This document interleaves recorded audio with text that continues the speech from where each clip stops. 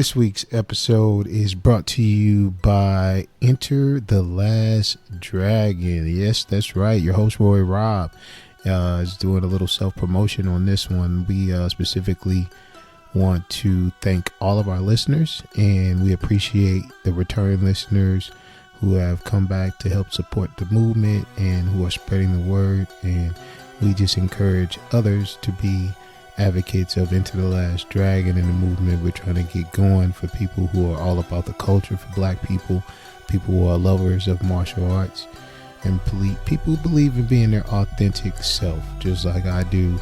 I'm your host, and once again, Enter the Last Dragon. Now, let's get into some martial art. What's good? Enter the Last Dragon. RoyRob, I have another special edition coming to your way from a partner of mine who I've known all the way back from that Brazilian Jiu-Jitsu world, on the mats with one of my good friends, colleagues. This brother's doing his thing when it comes to martial arts, and as well as just being an overall amazing guy himself. Welcome to Enter the Last Dragon. What's good, my friend Travis Perry? What's up, brother? How you doing? Oh man, life is beautiful, man. Life is extremely beautiful. What you go by, man? Travis is what I know you by, but what they call you out here? Man, TP, T Perry, T1. My family calls me Trap. You know, I can just go by Travis if you like. That'll work.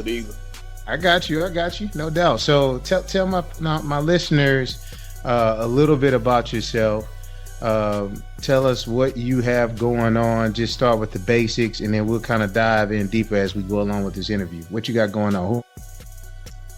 Well, right now I'm active duty Air Force. I'm out here in Texas. You know, been married for 10 years this past July. Congrats. Husband to a beautiful woman who's been riding with me when I had $100 to my name, sleeping on my grandmother's couch.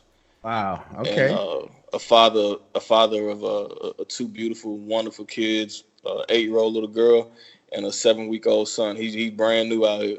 Wow, that's amazing. Congrats. Shout out to that, man. Brand new baby on the scene. I'm sure you sweating a little bit, like tired as I don't know what. Yeah, losing sleep, the whole nine. No doubt. So you're in the Air Force, happily married, got 2 beautiful children. What do you do for the Air Force? What else you got going on? I'm executive administration, so I handle paperwork, handle logistics, just making sure paperwork gets to the right place so, you know, my commander is happy. Do you have you ever been deployed or ever had to do anything when it comes to the military side where you were overseas doing other big things like that? No, I've never been deployed, but I did do a special duty last year, about half the year. It was called Honor Guard, and what that is, it's performing for military funerals. Okay. Well, what I will say is, Enter the Last Dragon says thank you for your service. It's brothers like you that should be congratulated all the time, and we at Enter the Last Dragon definitely appreciate our people who are active duty. My mother is a veteran. She was in the military. She was in the Army. So anyone who has done their time, as well as other family members I know as well. So thank you again, brother. Yeah. All right. So no doubt, man. So my show is based around 2 legendary individuals, Bruce Lee and Bruce Leroy. That brother Bruce Lee has done an outstanding job of the culture that he has brought to the U.S. and how he has exploded it to other martial arts. He's just been an amazing legend in his own right, from the movies he's done and all the above. And Bruce Leroy has done the same, just even one single movie in the culture is being a black brother making, even though his thing was kind of like, I'm want to be Bruce Lee, but for the culture, he did a lot, man. And it just really resonates with me when it comes to martial arts. But what about you, man? How did you get into martial arts? Tell us a little bit about your start and where that came from. Well, I started Taekwondo when I was 9 years old, back in Hampton, Virginia. That's where I was born and raised till I was 13, and then ended up in Dallas for the rest of the years. But That's So where wait, my love for martial arts started. you started at 9 years old. It kind of cut out. You started at 9 years old, and then what to 13? I was there in Hampton, Virginia, where I first started my martial arts, Okay. and then uh, ended up in Dallas at the age of 13. Okay, and then when with that stint of martial arts, was it just kind of one of those things where you just learning to train? Did you compete? No, What did it? it was more so training. Like I didn't participate in Taekwondo very long. Like it's kind of funny because I was always, I was raised by a single mother, so it wasn't so much that she was gonna let me do Mm-hmm. outside of football and basketball. Amazingly, I played hockey as a kid. You know, Wow. think of the unicorn, think of the Right. unicorn from the hood from that. You know what I'm saying? So, Right. Like um, what? and I always said like, "Mom, you," and I always wanted to box. I always wanted to fight. Like I always wanted to do that, but she wouldn't let me.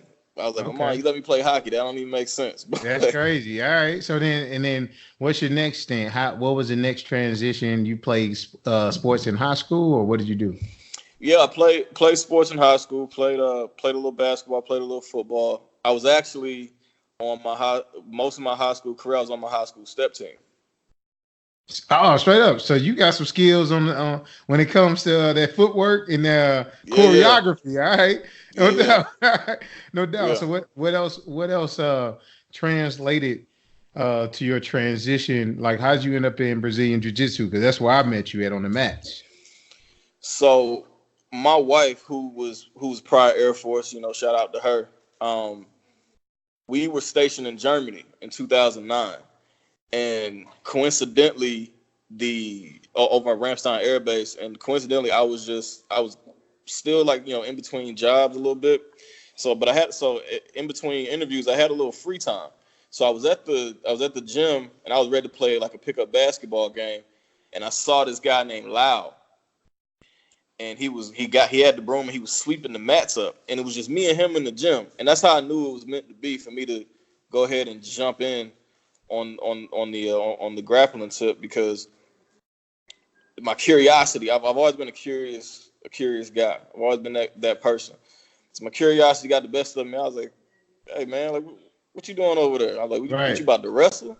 He was like, "Well, nah, kinda. I'm like helping my guy get ready for a fight, and just learning some submissions and stuff." I was like, "Well, kind of like what you see on TV, like the cage fight and the MMA stuff." He was like, "Yeah." I was like, "Oh, okay." So I kept bouncing the ball, and he was like, "Hey, you want to come over here and learn?" I, That was it, huh? that was it. All I needed was the invitation. Wow, man, that's Yeah. good. So, um, I had a very unique start to getting on the Brazilian Jiu Jitsu. So my shout out to the Qs, Omega South Five. My line brother, he is or had been doing martial arts for a minute, and what happened was we wrestle, just messing around. The Qs just messing around. We wrestle sometimes. Well, we were wrestling one day, and he put me in this lock. And I didn't know what he was doing, but he submitted me. It made me tap. Now I'm bigger than him, stronger than him. If it was just a regular wrestling match, easily took him.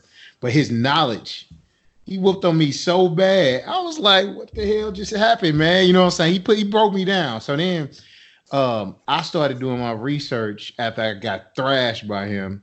I went to judo because I wanted to be able to just throw him. So I went into judo and got my body banged up. I did that for about like 8 months. I was doing competitions, got whooped on learning judo, but my body started really getting beat up. And I was just like, man, it's got to be another way. I actually went and transitioned to what he was doing. I was like, man, I saw this thing, Brazilian Jiu Jitsu, and it just seemed like it was a better fit. Because if you, I mean, judo is awesome, but you really got to know how to fall. You got to really be aware of how much wear and tear you putting on your body. It's just one of those things where I got a lot of benefit for what I learned in judo, and it was able to translate real any Brazilian jiu-jitsu match. So it worked out well. I was able to get a good foundation, and I transitioned to what I fell in love with, which was Brazilian jiu-jitsu. So it's kind of cool to hear your start was just curiosity piquing your interest. That's kind of cool, man. That's real cool. So you got over there, and then what happened? You started working out with them regularly, or what happened next? Yeah, it was more of a regular thing. I started my job, and when you first start somewhere, you're on a probationary period, so they're not really giving you that many hours type, that type of thing. So it just so happens that my wife, the job that she performed, which is public affairs, taking pictures, it just so happened that her and her supervisor had pulled this job that like one of the nights that I was off to come over and like take pictures of the Wednesday night group guys grappling and everything. Unbeknownst to me, they had these things called like they were called like USO tours, and like which means a lot of public figures and celebrities come overseas and perform for the troops, whether it be music, comedy, basketball, whatever the case may be. Right. And I didn't know what I was walking into. I just knew I was about to get some rolling in or whatever with a group of guys, and in come walks Tom Atencio, the former CEO of Affliction, and then Sonny Garcia, the pro surfer, and what was his name? Brian Stan. Wow. The former Marine, and I couldn't believe it. I was like, whoa, like what's going on? Right. And they had did some tours that day, and then they had asked like, hey, is there any groups on base rolling? And I just happened to be there that night, and wow. I got to roll with and Jason the Punisher Lambert was there too, and I got to roll with him, Brian Stan, Tom Atencio, Sonny Garcia. Man. Like it was like next time we see each other, I'm gonna have to show you the pictures. I just found the disc of that whole session. Wow, so you was hooked. It was over. You was hooked. I couldn't believe it. And of course, they have their preset, pictures, their promo pictures, and they're giving autographs. And I'm the type of person that takes things to heart. And something as simple as Brian Stan saying to me, "Dear Travis, train hard." That was it. I still have that photo. I still have that autograph in my nightstand drawer. I feel that, man. I feel that. What has it done? Has that one little thing progressed you further even now in your martial arts career? Like, what has that? Where are you at now? Where are you at now? What was the next transition? Kind of keep going through that linear talk about that line of where you've been on your training goals. Yeah, the next transition was, I just kept going, at noon every other day, when it was available, just learning stuff and picking up, and I noticed that I picked up on it quicker than what I thought. And just, you have these moments when you're in these positions and you just trying stuff out. Right. And then your instructor is saying, "Hey, that's actually something I would have did." And you're like, "Oh, okay." So that encouragement, that makes you keeps want to going. And then that tearing into, if your ego is not, you have in martial arts, your ego, you have to check your ego at the edge of the mat. Yeah. You have to check that at the door, because if you come in there with the wrong attitude, you will get wrecked. Exactly. And you will not want to come back. Tell them that nugget. Tell my listeners that nugget one more time. So the individuals who are thinking about getting into martial arts, listen to this gem one more time. If you are thinking about getting into martial arts because you saw it on TV, you saw Conor McGregor do it and it looks cool, or whatever the case may be, if you are, I don't care if it's your traditional taekwondo, karate, judo, Brazilian jiu-jitsu, Muay Thai, boxing, whatever, if you need to check your ego at the door. Check your ego at the edge of the mat, because you go in there with the wrong attitude, you have already lost. You already lost. It's like going to the dealership trying to buy a car. You ain't got good credit. and you ain't paid off your previous car enough, you upside down from the jump, and Right. you're gonna have higher payments at a higher interest rate. I guarantee you it's the same thing when you step on the mat with a bad attitude. That's real, man. That's real. So then, how'd you end up in the St. Louis metro area? How did that transpire in the St. Charles area? All that stuff. So funny enough, a good friend of mine that's still over in Germany, Andy, when he realized how serious I was in my training, because I would go over his house, I would hang with him all the time, and he would never mention anything about fighting to me until he really realized I was serious. And one day I went over there and he told me, hey man, one of my best friends, he was like, I'm from St. Louis. I was like, yeah, I know. He's like, but one of my best friends is the top guy in the area. I was like, oh yeah? He was like, yeah, but I'll tell you more about him later. So we were leaving Germany for good, and we were in a transition whether we were going to go back to Virginia or go where her dad is in Southern Illinois, which is about 15, 20 minutes from St. Louis. So we made the decision to, me kicking and screaming, going to St. Louis, because I didn't know what was out there. I didn't know what I was gonna do. Right. But the day before we left, he was like, "Hey, I'm gonna put you in touch with my best friend Zach Freeman." Oh, that's how. Okay. Now I got and that's you. how I ended up at St. Charles. I got you, man. So that's how your St. Charles MMA introduction happened through Freeman. That's cool, man. That's perfect. Okay, so you get in touch with Zach. He puts you on. Where did it transition? Because now you come into this school who is pretty much dominating the area. Where did that transition? So you fresh in. You know some stuff. You got your stuff going here. You come in and competition is different. Tell me where you transpired. How long did you train there? All the above. So I trained there from 2012 till 2016 when I left for basic training. I went and it was a Thursday night. I'll never forget it. I drove 50 minutes from Southern Illinois to St. Charles, and back at the big building. Oh yeah. Back at the big building. Yeah. So I walked in, and I was kind of taken aback because I was supposed to meet Zach that day. Okay. But I think Zach had already trained and he left. He must have forgot or had something going on. But normally sometimes when somebody's supposed to meet somebody somewhere, they were like, "Oh well, I'll just come back when he's here." I'm like, nah, I drove all the way out here for a reason. It's about to go down. All right. Yeah, so I was like, I drove all the way out here for a reason, man. And I was like, you know what, I'm whatever's going on, that's what I'm gonna do. And at the time, they had an open mat, and that's when, and I'm the type that I do my research. So before I go anywhere, I need to know kind of what I'm walking into. Right. So when I first stepped on the mat, the first person I recognized was Josh Sampo. Okay. That was the first person I recognized because I saw a couple of Knuckle Junkies interviews that Zach did and Sampo did. And that's when I met Mike for the first time. Okay. And me and him got to talking, and he was like, he asked me my lineage, and, because over in Germany, my lineage over there was through Renzo Gracie and Ricardo Almeida. So he was like, oh, okay, all right. He was like, well, you can jump in on open roll if you want.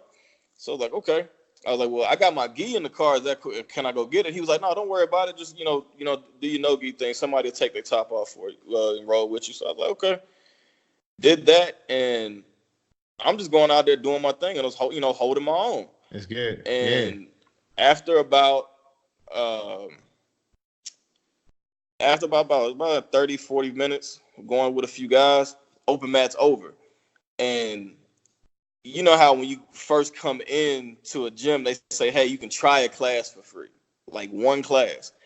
And I was about to leave, and Mike said, hey, you can stay for wrestling if you want. I've never wrestled a day in my life. and Alp was running the class. Oh man, bruh. Out of all people, Alp ain't no joke, bruh. And not a little bit. There Hey. is nothing. There is nothing joke worthy about Alp when it comes to wrestling Oh at all. man. Hey, so listeners, so we had a I want to say he was all American. I know he's something like super high level overseas. I can't remember what level or what if he was an Olympian. I know he was something, but he was a competitor as well at our gym. He went on to UFC as well.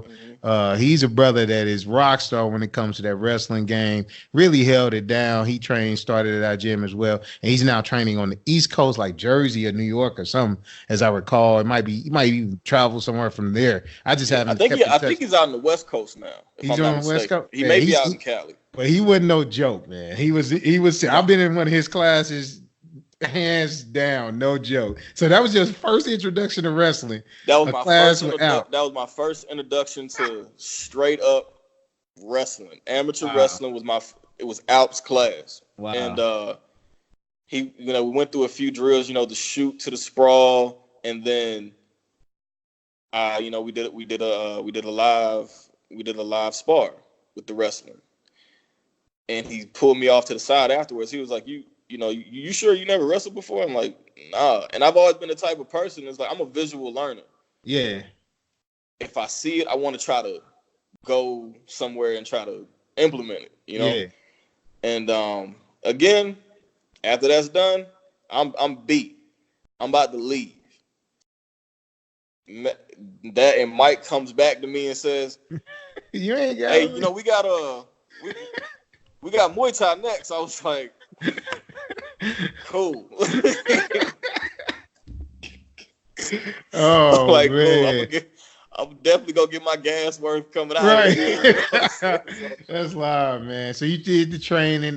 Did you before you left, did you do a blue belt on the Mike's lineage, or I didn't, because I wasn't did, where I was. Like, it was a little hard for me to get out there as much as I needed to okay. do that. I was the only one working at the time. My wife was in school, and we stayed almost an hour away. So it was a little hard. But when I was in there for hours. I feel that. I was, if it was a Monday, I was there from 4:30 MMA all the way till 9 that night. Like, so I was gonna make that worth the while, and I did that 2-3 times out of the week. Yeah. Including Saturdays, and so I would have liked to have been able to in a position to be able to do a blue belt test under that, because I've seen and heard the stories. It ain't for the weak, Right. but I've always wanted to challenge myself like that, and I always said, I did a post maybe about 6 months ago, and I said I'll never, no matter where I go, no matter what I obtain in martial arts, I will probably never feel a sense of fulfillment unless I get the chance to go up against one of the Vaggie killers in a tournament setting. No doubt. I feel that. Because me being there under that banner for 4 years, I know what they're bringing. Yeah. Especially the boys in Mount Vernon. Yeah. It ain't no joke, man. Andrew Wiltsey, his little brother Bird. Yeah, that ain't no joke. Yeah, that Pedigo submission. It's not a game. Pedigo is like off the chain. His lineage, his boys are just taking it to another level. Pedigo got some beast over there, man. Some beast. That was me going over there the first time. That was the first time I left a jiu-jitsu practice bleeding. Yeah, man. Yeah, them dudes ain't no joke. Hands down, ain't no. They on top of the podium each and every time. They number one. Oh yeah. Yeah, I'm not shocked when I see it now. I'm like, love, all this. It's just normal now. You know what I'm saying? This is it's normal. So, as far as your aspirations and goals, man, what you think is next when it comes for you in martial arts? What's your goal to with your training? Are you training at the very moment, and whose team are you on? So yes, I am training at the very moment. I train under Rodrigo Pinheiro and Pete Spratt. Pete Spratt, a former UFC vet. One of the few people that actually beat Robbie Lawler. Right. One, fought GSP back in Canada. A wealth of knowledge when it comes to the on the MMA deal and Muay Thai. And then my goal for jiu-jitsu right now ultimately is really always been to obtain my black belt. But of course, baby steps. Crawl before you walk. Right. I'm not gonna lie. When the day I get my blue belt, I might cry because I it's gonna be believe. it's gonna be a long time coming. Yeah, man. Yeah, from your start to now, no doubt. Yeah. So I that day you will get a phone call from me that day. That's good, man. I'm waiting for it. Yeah. I'm ready for it. All right. So hopes to get your black belt. Always going to train hard. What else are you doing that's in the world of martial arts? You got any other things going on that outside projects you? Yeah, actually, so a childhood friend of mine's, he's my business partner. We started a clothing company called Powerful Blessed Champions, and actually, it was something that from childhood, PBC Powerful Blessed Champions has always been a part of us. It started out just a couple of a few kids from the block, and then it transitioned to a let's incorporate music with it, and then it just like let's make this a lifestyle brand. Like let's make a logo, let's put it on some clothes, let's get an LLC. Like we did that, and Right. so it's a clothing apparel company, and it's a secure private security company as well. Oh, is that what's on your shirt now? Yeah, this is what's on my shirt. This is the logo. Y'all probably, if you're on my Facebook page, Travis Perry, or on my Instagram, PBC_Dynasty, the lion looks familiar. That's dope. That's dope. Yeah. That's dope. So it's a security company, and it's a clothing brand. Security company. What are you doing? Who are you doing security for? Really anybody that requires the services or is inquiring about the services. My guy has provided protection from anywhere from ASAP Rocky to high ranking members of the Nation of Islam, different various artists, whoever wants security, birthday party, church, doesn't even matter. Like we there That's for it. dope. That's dope, man. That's good. So you got that going. Say that one more time. You breaking up. No, no, my bad. What other projects do you have going on? What other things are you doing?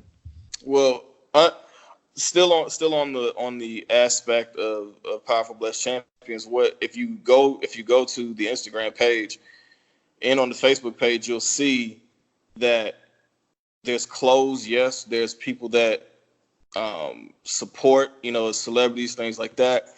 But what I like to do is highlight everyday people, whether they're up and coming fighters that nobody knows about, or just people who have persevered in their life. Nice. And this, like, the wherewithal, whether it be single fathers, single mothers, and any and everything in between. I want to highlight those folks as well. It's not just about sports. It's just anybody can be a Powerful Blessed champion. Same thing I do similar here. How are you doing it? How are you highlighting them? What is it done? What are you doing on Instagram to highlight them? So I'll have a picture of them, and I'll put a story up under like in the caption, and I'll add them and tell them, hey man, give them a follow, and like I'll put quotes up, things like that, just really getting the background of their story and finding a quote or coming up with a quote that embodies them.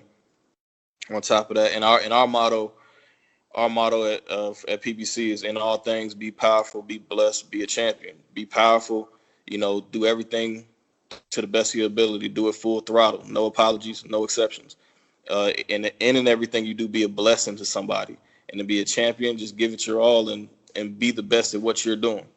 That's awesome, man. That's amazing. That right there just seems like you got a lot of good energy coming from you as a person. Sounds like you're giving a lot of good energy out into the world, which is also a great thing. So it's kind of like the secret, you know what I'm saying? What you putting out is what you're receiving back as well, man. So that's amazing, man. What else? What else you got going on with powerful? Is it powerful blessed champions, right? Mm-hmm. Like what else you got going on with that? Like what do you plan to do with that, or how are you taking it to the next level? Definitely taking it. So like we're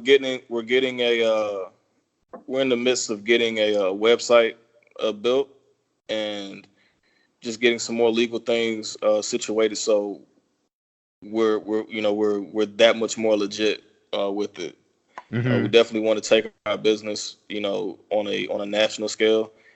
My plan and my dream is to see this logo inside the UFC cage. Yeah, that'd be dope. I would love to see that. And actually, I told Dana White that March 29th. All right. Because I was perfect segue. So I was in Vegas last year. Me and my wife took my birthday trip out there, and I always wanted to go to International Fight Week. And I was watching. We went to go watch Luis fight in the finale show. Oh, okay, no doubt. Yeah. We went to go do that, and so we did that, and I had no plans in going to the pay-per-view the next night, the Stipe and DC one fight. No intention. So we were like, yeah. So my wife was like, hey, look, it's your birthday weekend. Look, let's do it. I was like, okay, fine. So we was in the stands. She bought the tickets. Boom. We had it set up for the next day. So it was in an intermission, and I was getting something to drink, going back to my seat, and I run into Ed Soares, Anderson Silva's manager, and who is the CEO of LFA. So we got to talking for about 5 minutes, and unless you are a diehard fan, you really don't know who Ed Soares is. He's a very he's like a regular guy. So many people passed him up, but I didn't want to draw attention to him, so I was just like, hey, Ed. Boom, boom. I was like, shook his hand, got a picture with him. And I got back to my seat. And immediately, as soon as I sat down, I was like, dang. And my wife said, baby, what's wrong with you? I said, I think I might have tricked off an opportunity. What? That's so happening. Keep the build up. Keep going. Yeah, so I was like, well, but we in Vegas. It's whatever. I'm like, I'll just chalk that one up. But in the back of my mind, I said, if it's meant for me, if I see him again, it was meant for me to talk to him, further. So I let it go. Had a great rest of the night. Just painted the town. Just painted the town that night with my wife, and got up the next day. Got the Uber to the venue, and how the T-Mobile Arena sits is in between Park MGM in New York, the hotel over there, and it's really at the apex of the cul-de-sac. So my Uber driver is like, yeah, this is my first time being over here. I don't know where to drop y'all off at. I'm sitting behind the driver, and I'm just looking around, still in amazement of man, I can't believe I'm in Vegas. And something told me, look to the sidewalk to my wife's side of the car. Guess who's walking by himself? Nobody bothering him. That was it. That's crazy. I almost jumped out the car. I said, ma'am, stop. Stop the car right now. And my wife's looking at me. I'm still not saying nothing to my wife. She was like, babe, why are we stopping right here? I'm like, babe, just get out the car. Just get out the car right now. So got out the car, and I yelled to him, Ed. and he stopped. And usually, when you think you hear somebody call your name, you kind of stop and you just keep on going. But he saw me get out the car, and I played it cool. I was like, hey man, it's good to see you again. He said, Travis, right? Now it's International Fight Week. It's dope. 50 million people in Vegas. That's dope. And he says, Travis, right? We met last night. Yeah, right on the steps. He's like, yeah, I remember you. How you doing? And I was like, yeah, I'm good. And I shot my shot. I said, listen, are y'all looking to bring more people on the LFA? And he's like, matter of fact, actually we are. And he was like, well, what's your background? And what do you do now? And I said, well, this is what I do in the military. I've done this. I've done sort of this type of work, in Germany with local promotions over there. I'm passionate about it, the whole nine. And he said, well, what's your availability? Like, cool. What's your availability? I was like, well, my availability right now is not the best because the way my contract is set up, I can't really freely move like that. Yeah. So that was his opening to, okay, well, we'll be in touch, or hope to see you down the road type of deal. Nah, he stayed right there, and we finished talking, and then he said, you know what, take down my information and email me. And then matter of fact, he's like, where you say you train out of? I was like, when I told him, he was like, tell your coach, tell Pete to get you into contact with a guy named Sven. I had no idea who this guy was. So we went to the event, got back to Illinois because we drove there to catch our flight. That was like a few days afterward, and I hit my coach up. I said, hey Pete, I ran into Ed and he told me to tell you to let me get in contact with Sven. I don't even know who that is. And he said, oh yeah, Sven's my manager. He's the president of the company. What? I was like, what? I was like, I didn't know that at all. He was like, what you trying to do? I was like, well, this is what I'm trying to do. He was like, all right, hold on. 5 minutes later, he was like, hey, Sven is expecting your email.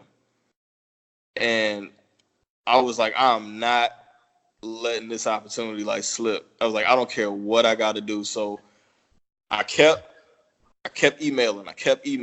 And every week I wasn't getting anything back, but I was just like, hey, you do enough to kind of keep them at the forefront of their mind.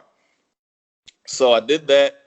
And one day I was leaving work, and lo and behold, boom, I got a reply back. He was like, hey, I don't want you to think, we just real busy right now. I'm going to get in touch with you. Okay, fine, no problem. But I was like, hey, but before you go, I noticed that y'all have this show coming up. I'm in Texas. One show is 2 hours from me.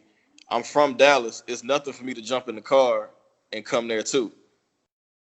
He was like, I'll see you in Killeen. So he said that. So he did that. It was on a Friday. I left work at 4:30. I went to the gym next door, changed my clothes, and got straight into 2-hour traffic. Just got there to make it to the show just in time. Wow. Didn't I enjoyed the show? Didn't see anybody, so because my whole plan was wait till the show, try to find somebody. Really not knowing how the landscape of it was, how it was gonna go, and I knew I had seen Ed before, but I kept seeing this guy Ed was sitting beside. He had an LFA shirt on, but I can never see the front of his face. I just saw the back of his head. But I went to Sven's profile and snagged the photo off of him so I know who I'm talking to and know who I'm looking for. And it was an intermission right before the main event, and there was a stand behind me, and I looked behind me, and Sven is standing right there. Wow, so that's crazy. I get up, I say, and I go over there, I play it smooth, like I'm really trying to see what's going on in the stand, and I kind of brush him a little bit. So he's like, oh yeah, I'm sorry. He goes, what's your name? I said, I was like, you're Sven, right? He goes, yeah. I was like, hey, I'm Travis. Hey, nice to meet you. And we got to talking. And I told him, I just laid it all out for him. I was like, look, this is my situation. I can come day of the show. I can take off and come. Whatever y'all need me to do, I'm trying to get my foot in the door the whole nine. And he said, I like your hustle. I was like, matter of fact, I know y'all got another show in 2 weeks in Dallas. Just so happens, I'm going to be there anyway. So he's like, I'm going to leave your name at the door. Meet me at 2 o'clock that Friday. And it's been on ever since. What? Get out of here, man. That is gangster. Hold up, man. Okay, Enter the Last Dragon. If you want to hear the perseverance story right there, bro, that is like, hey, Bruce Leroy is seeking his freaking master, and he is seeking so hard that he is not going to stop until he finds the master. Well, guess what Travis has just done? He had one goal in mind, and freaking, oh my God, he accomplished that goal, man. That's like mad hustle. That's amazing times 10. That's awesome. Yeah. So you're doing this now. You've done how many shows that you work with them now? How many shows? I worked 4 shows. I've worked 3 in Dallas and 1 in Belton, Texas. And the Belton, Texas show, which was March 29th, that's where I met Dana White at. Wow. And him,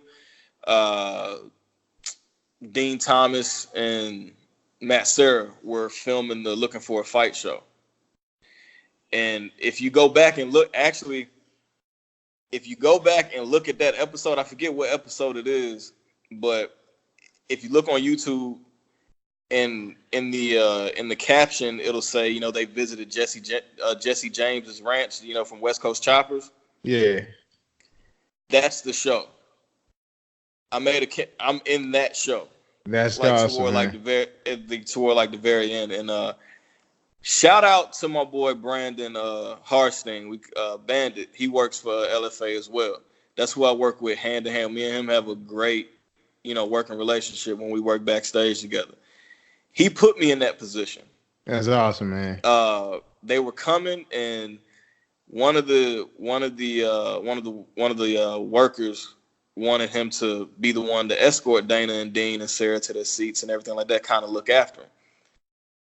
And once they walked away, he said, "Look, bro, I'm about to throw this to you." I was like, "What you mean, man? They want you to do it." He's like, "Bro, don't worry about all that. This is your opportunity. Here, take it, run with it." I said, all right. That's so dope, man. That, and I'm cool on the outside, but on the inside, I'm like, whoo. So I went to make sure everything was good inside, and I come back to the backstage, and blacked out Escalade is pulling up. And Dana White gets out the car.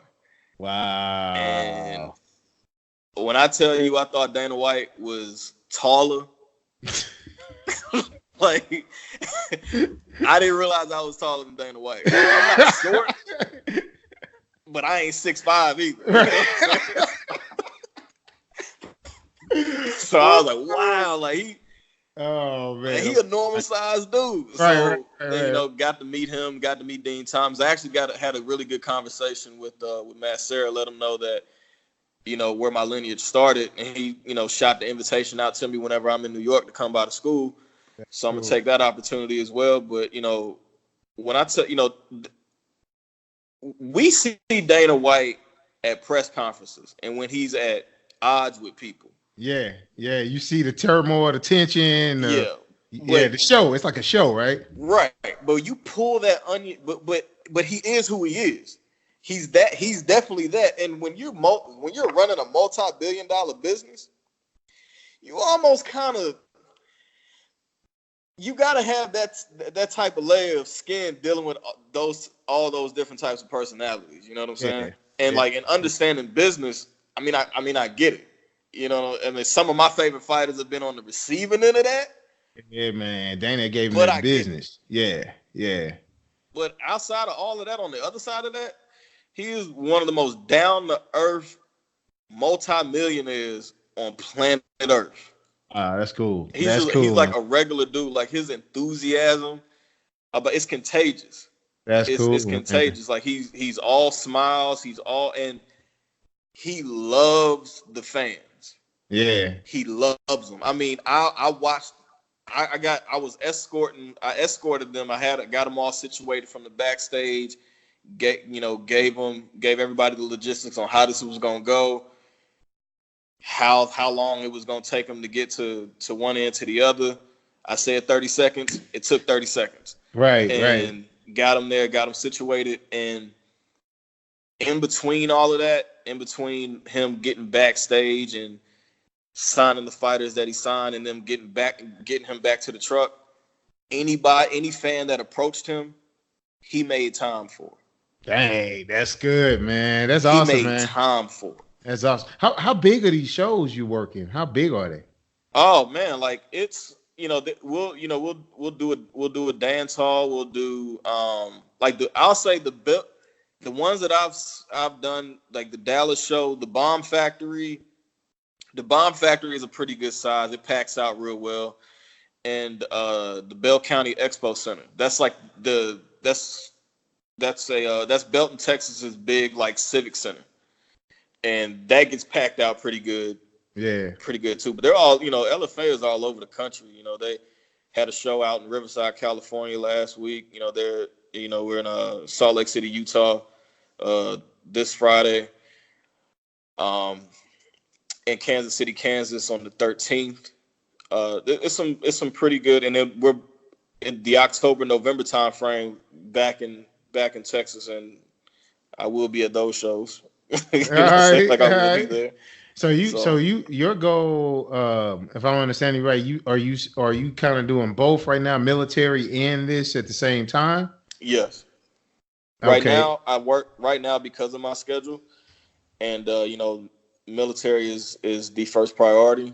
I work the shows that come to Texas.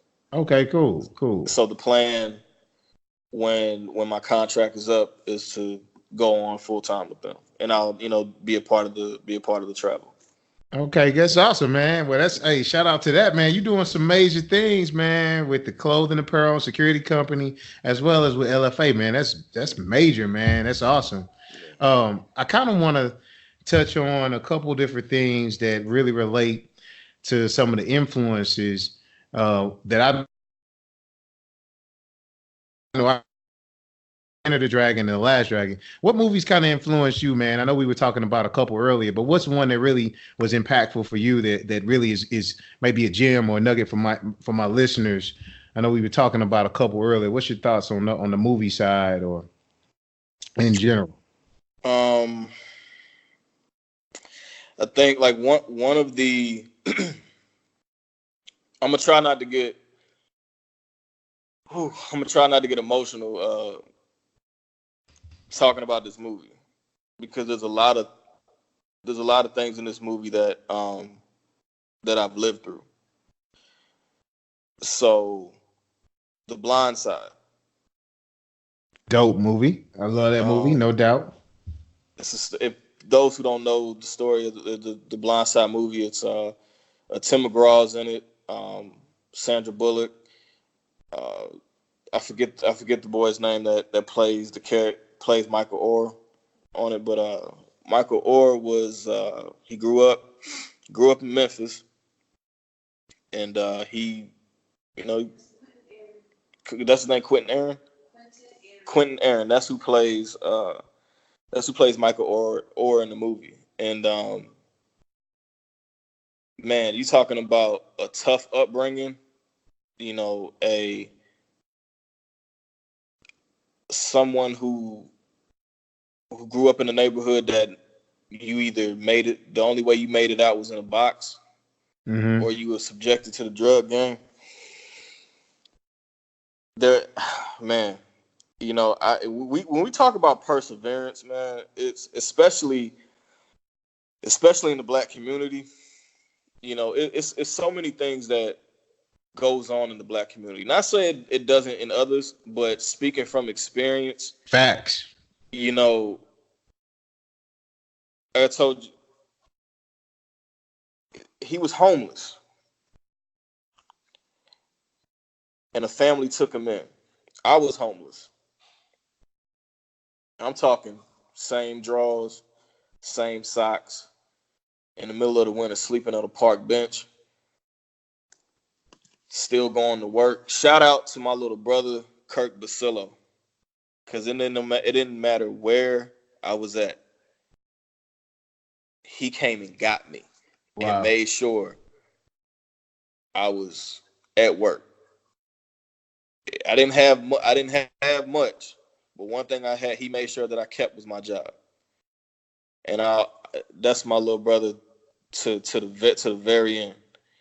Um, but yeah, I mean, just he he could have easily fell into the drug game, fell into the to gangs and everything. You know, his Right. mom was strung out on drugs. Um, but he didn't let that you know be his fate. He didn't succumb to all of that. He had a goal, and he sought that goal out. He played in the NFL, Right. and and people like a Leanne too, who's the woman, who's the mother that took him in, and with her family. Shouts out to people like that. Yeah. That see somebody in need and not scared to give a helping hand or lend a helping hand to somebody that don't look like them. Right. Right, man. Because especially Michael Orr is what six between 6'4" and 6'6", well over 300 pounds. 6'7", bro. Yeah. Huge. So I Yeah, mean, man. rough around the edges kid. He wasn't too bright, scholastically, but the one thing he did have, and this is, if you ever watched The Blind Side, what his strength was played out through the whole movie. He knew he wasn't the smartest. He knew he wasn't the brightest. And the one scene that I vividly remember was when he first got into the private school. It was like 4 or 5 sets of his teachers like around this round table, and they were going over his test scores, and they was like, math he's low, science he's low, the whole nine.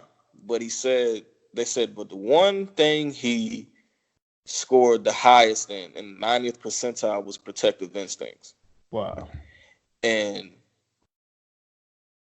the and that's why the movie is The Blind Side. Yeah, The Blind Side is it's a football term. It's a football metaphor to protect the quarterback's blind side. Right. So Right, you man. see what he doesn't see. Right, man. But that it can be a theme of life as well. Because yeah, you may not see everything coming your way, but your Right. instincts is gonna kick in. The people around you that you love dearly may not see everything, but your instincts is like, yeah, let me go ahead and get this from around the people that I care about, so they're not Right. affected.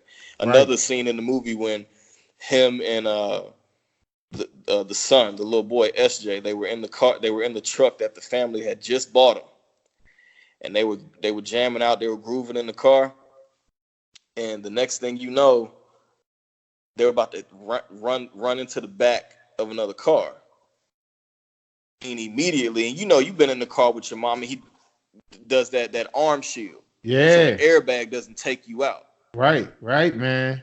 That's same that same thing. That's so dope, man. Like I never thought of the movie to that capacity, but as you're mentioning these different examples, I'm recalling each one of those moments that he played that blindside role, not just on the line protecting the football. I mean the quarterback, um, but he also played it in his day to day throughout his growing up as well. I never thought about it like that. I Yeah. mean, I'm sure other people might have caught it, but what you just laid out, I mean, there were scenes. Of course, you caught the little obvious ones, but note to self, that's a nugget in The Last Dragon. Check this out. So if you play to your strengths and don't focus on your weaknesses, he could have focused on his weaknesses. That's what my brother Travis is trying to explain. He could have said, man, you know what? I'm going to just try to get better in math. I'm going to try to get better in English. I'm going to try to get better in all these other things. Instead of focusing on uh, those things, he had to keep them at a certain level of importance, of course, because he wanted to progress in life. Absolutely. But he focused more on what he was good at, our talent, or his talent, his strength, his. I think that's a huge nugget for our fans because it allows them to realize if you have a strength, go after it, embrace it. It could be your strength of networking. If you do well of communicating with people, go network. Who knows? Like I see in your story, Travis, what you did with LRA, right? LFA. LFA. Bruh, that's like people would not be as laser focused and intentional about trying to get things done. And I don't know if it's your military background, I don't know what it is, but you was able to say, boom. You know what I'm saying? Yeah. Blindside is a great example, man. I think my fans really would get a true appreciation out of that. But now I got to test you though. So we on this movie thing. Each one of my episodes, I got to do RoyRob takes a little moment and provides a few clues and asks a question, and you have to answer for me on this episode. Name for me. I hope I pass. Hold on. So you should be able to get that. No, don't be scared of it. I'm gonna make it easy. All right. If you answer this too fast, you got to go to 5. But I need 3 people, that Bruce Lee fought in his movies. 3. This is easy. I know you can do 3. Oh, Kareem Abdul-Jabbar. All right. My man Bolo Young. All right. And Chuck Norris. Easy. Okay, you got to get to 5 now. You did 3 kind of easy, bro. Get to 5. Can you get to 5? All right. Let's see. Let's see here. I said Bolo, Chuck, and Kareem. You said Kareem. He fought this person at the beginning of Enter the Dragon. That was an easy one. He fought somebody at the end of Enter the Dragon. If you can't remember none of them, let's see. You got, do you know he fought his student in one of his movies? He didn't know. He didn't. In Game of Death, and I'm about to give it away. Okay, keep going. No, actually, he fought a bunch of students. Kareem wait a minute. Didn't he fight? Wait a minute. Didn't he fight Jackie in one movie? Oh, so technically, kinda. So in Chinese Connection, Jackie Chan played a stunt double for the kick scene for the main boss at the end. Okay. Connection. Jackie Chan was a stunt double. He got kicked in the neck. That was a true. So I give you Jackie. That's 4. Okay. All right. I'll give you Mr. Han. Okay. I'll give you Sammo Hung at the beginning of Enter the Dragon.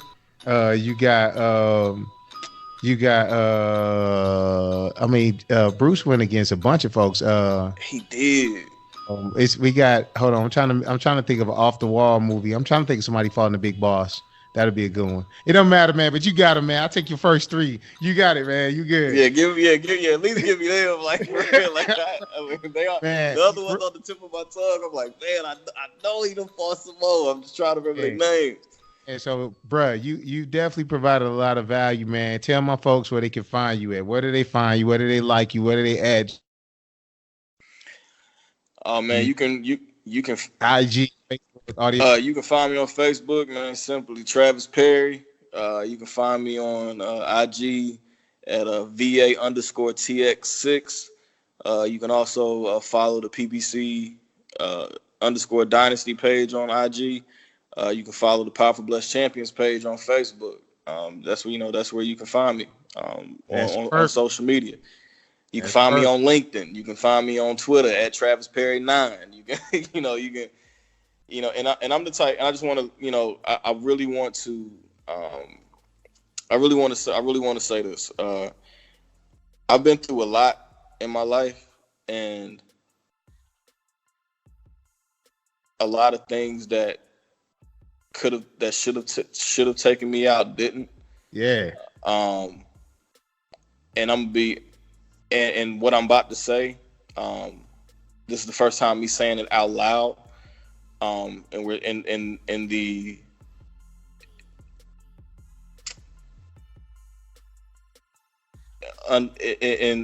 terms of perseverance. Like I said, man, like I grew up single parent home, survived childhood molestation. Wow. Survived homelessness. Me and a good friend of mine, who's actually my business partner, follow him at Great King Shabazz on IG, and Chesley Griffin Jr. on Facebook. Yeah. His older brother. Today would have been his 35th birthday. Wow. He was tragically murdered in 2012. But me and him, our lives were almost taken 4 years prior to that. Wow. By a group of 13 individuals. And that didn't take us out. That didn't take me out. And I just want to, and from going from there to not knowing how I was going to eat, not knowing like if I was going to be able to change clothes, where I was going to sleep, to go from all of that to go almost bring it full circle to me being homeless in the state of Texas. It was 2019, 11 years later. I'm married, 2 beautiful kids, and owning my first home in the same state I was homeless in. That's awesome. Anybody, I'm telling you right now, whether no matter what you're going through, whether it be physical issues, mental issues, whatever the case may be, listen, you are stronger than what you think. You can overcome so much, and having the right people in your corner helps tremendously. I can tell you this from the bottom of my heart: without God putting my wife in my life, there is no telling where I would be. Wow, man. There's no telling where I would be, man. And that's powerful. I'm gonna tell all y'all listening, y'all better, no matter what, get somebody that rock for you, right, the strong way. Right, man. That's real. Get that's you a nugget. Somebody and don't let them go. That's a nugget. That's a nugget. That's a nugget, bro. Hey, thanks for the gems you dropping, bro. Hey, 100%. You definitely added tremendous value to my show, man. We thank you for coming on, taking the time out of your busy schedule to just bless my listeners with your information, with your story. It definitely adds so much to what I'm trying to do and the community I want to build out. And I'm very thankful. Your information will be on the show notes, of course. And once again, it's In the Last Dragon. We rocking and rolling, man. I've been blessed with continued individuals with like Travis, who is holding it down, and we coming back at you sooner than later. And he'll be definitely back onto the show. My man, yes. Travis, man, shout out, man. Thank you once again, bro. Can I give a couple shout outs real quick? You got it, bro. Go ahead. You got it. First and foremost, I want to shout out my wife. Shout out to my kids. Yeah. Shout out to my team, Pete Spratt and Rodrigo Pinero. Rodrigo Pinero, Pete Spratt, Cole, LFA, my LFA family, Ed Soar, Sven Bean, Brandon Harstein, Sammy Boy, Chavez, Bobby Terry, Christian Sutton,